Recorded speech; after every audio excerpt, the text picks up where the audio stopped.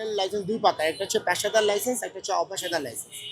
অপেশাদার licence হচ্ছে এরকম, যারা আমার ব্যক্তিগত যাদের নিজস্ব সেলফ ড্রাইভ করে তারা হচ্ছে পেশাদার লাইসেন্স না, অপেশাদার লাইসেন্স। আর যারা প্রফেশন, যারা বাণিজ্যিকভাবে গাড়ি চালায় বা যারা কারো চাকরি করে, প্রাইভেট কারে চাকরি করে, তাদের হচ্ছে পেশাদার লাইসেন্স লাগবে আমাদের। কিন্তু এখন দেখা হচ্ছেন যে পেশাদার লাইসেন্সের ক্ষেত্রে যদি কেউ মামলা খায় প্রথমবার, তার জরিমানা আসবে আপনার যে প্রথমবার 5,000 টাকা, দ্বিতীয়বার যদি একই গাড়ির এগেনস্টে কোনো গাড়ির মামলা খায় তাহলে ওই লাইসেন্সের ক্ষেত্রে আসবে আপনার যে 10,000 টাকা জরিমানা আসবে। আর হচ্ছে এটা হচ্ছে 66 ধারায়, ওই সড়ক পরিবহন আইন 2018-র অধীনে 66 ধারায় এই মামলাটা সংগঠিত হবে। আর যদি কোনো কারণে যদি অপেশাদার গাড়ির লাইসেন্সের ক্ষেত্রে মামলা খায় তাহলে প্রথমবার হবে 4,000 টাকা, দ্বিতীয়বার হচ্ছে 8,000 টাকা মামলা আসবে অপেশাদারের ক্ষেত্রে।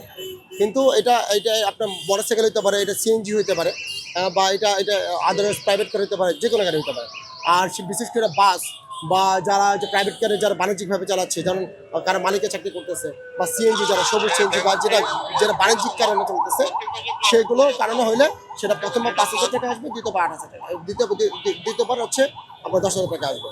কিন্তু অনেক সময় দেখা যাচ্ছে যে ছোটো গাড়ি বড় গাড়ির ক্ষেত্রে অনেক সময় সিএনজির ক্ষেত্রে অনেক সময় বাণিজ্যিক গাড়ি হলেও 4,000 টাকা হয় প্রথমবার, দ্বিতীয়বার 8,000 টাকা হয়।